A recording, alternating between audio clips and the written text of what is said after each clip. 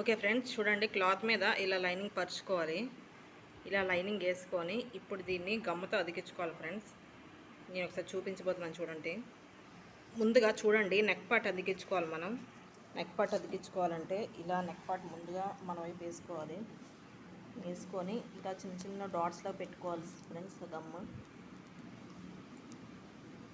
మరీ ఎక్కువ పెట్టుకోకూడదు, చిన్న చిన్న డాట్స్లో మాత్రమే పెట్టుకోవాలి.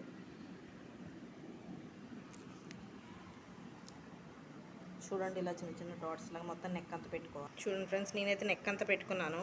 ఇప్పుడు ఈ క్లాత్ని తిప్పుకోవాలి మెయిన్ క్లాత్ మీద. చూడండి ఫ్రెండ్స్, ఇలా తిప్పుకోవాలి. మెయిన్ క్లాత్ మీద వేసుకోవాలి ఇప్పుడు ఈ క్లాత్.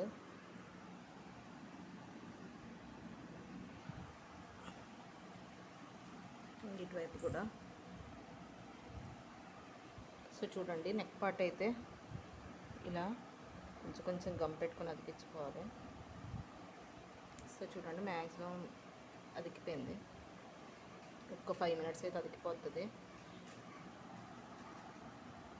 అంటే నేను ఈ మిగతా క్లాత్ అతికించట్లేదు ఫ్రెండ్స్, ఎందుకంటే మనం ఇప్పుడు మిషన్ మీద ఇలా స్టిచ్ చేసుకుంటాము.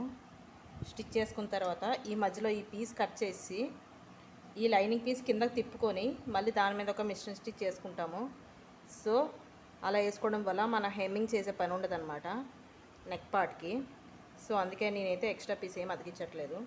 ఇది ఇలా వదిలేద్దాం. ఇప్పుడు ఫ్రంట్ పార్ట్ అతికించుకుందాం ఫ్రెండ్స్.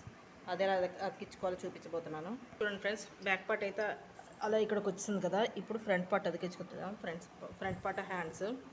సో ఇలా అతికించుకోవడం వల్ల ఎంత చిన్నదే క్లాత్ ఎంత తక్కువ ఉన్నా మనకి కరెక్ట్గా సరిపోద్ది. సో చూడండి ఒకసారి, ఇది ఫ్రంట్ పార్ట్ 2 ఆపోజిట్స్ ఒకేలాగా ఉండేలాగా అతికించుకోవాలి. ఇది కూడా సేమ్ నేను నెక్ పార్టే అతికిస్తాను. నెక్ పార్ట్ అతికించి నెక్ పార్ట్ స్టిచ్ చేసిన తర్వాత క్లాత్ తిప్పుకొని అప్పుడు మళ్ళీ దాని మీద డబుల్ స్టిచ్ చేసుకుంటాను కాబట్టి మనకి హెమ్మింగ్ చేసే పని ఉండదు. సో లైనింగ్ బ్లౌజ్ 2 విధాలు కుట్టుకోవచ్చు. అది ఎలా అంటే మామూలుగా బ్లౌజ్ పీస్ కరెక్ట్గా పెట్టి బ్లౌజ్ పీస్ ఒరిజినల్ పైన పెట్టి లైనింగ్ కింద పెట్టి స్టిచ్ చేస్తారు, అదొకటి. దానికైతే మనకి మెడకి చేతులకి అన్నిటికి హెమ్మింగ్ పడుతుంది. ఇదేమో నేను మిషన్ స్టిచ్ చేస్తాను కాబట్టి మనకి హెమ్మింగ్ చేసే పని ఉండదు. సో ఆపోజిట్స్ ఇలా వేసుకోవాలి మనము.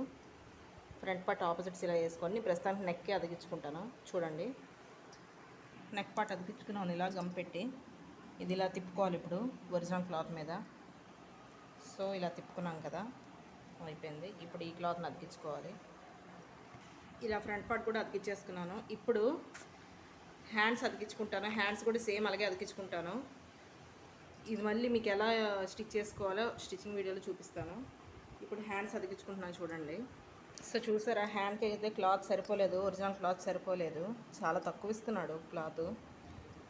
ఇక్కడ మనకి అతుకులు పడతాయి. సో ఏం చేయాలంటే ముందు ఈ క్లాత్ మటుకు అతికించుకోవాలి. అతికించుకొని ఎక్స్ట్రా క్లాత్ మనము తర్వాత స్టిచ్ చేసుకోవాలి. ముందుగా అయితే ఈ క్లాత్ అతికించుకున్నాము. ఇలా అడ్జస్ట్ చేసుకుని అతికించుకోవాలి. ఇది కూడా ఈ క్లాత్ హ్యాండ్స్ దగ్గర కిందే అతికించుకుంటున్నాను ఫ్రెండ్స్, ఎందుకంటే మనం స్టిచ్ చేసిన తర్వాత తిప్పుకోవాలి కాబట్టి ఈ కిందే అతికించుకుంటున్నాను. నేను అతికించి చూపిస్తున్నాను చూడండి ఒకసారి. హ్యాండ్స్ కూడా అతికించుతాను. సో మనకి స్టిచ్చింగ్ చేసినప్పుడే మెయిన్ క్లాత్ హ్యాండ్స్ దగ్గర పడుతుంది, క్లాత్ సరిపోలేదు. సో ఈ విధంగా మనం ఎంత పెద్ద బ్లౌజ్ అయినా ఈ విధంగా లైనింగ్ కట్ చేసి ముందు ఇలా అతికించుకొని మనం స్టిచ్ చేస్తే ఎంత చిన్న బ్లౌజ్ అయినా ఈజీగా మనకు సెట్ అవుతాయి ఫ్రెండ్స్. ఈ టిప్ మాత్రం కంపల్సరీ అందరూ పాటించండి.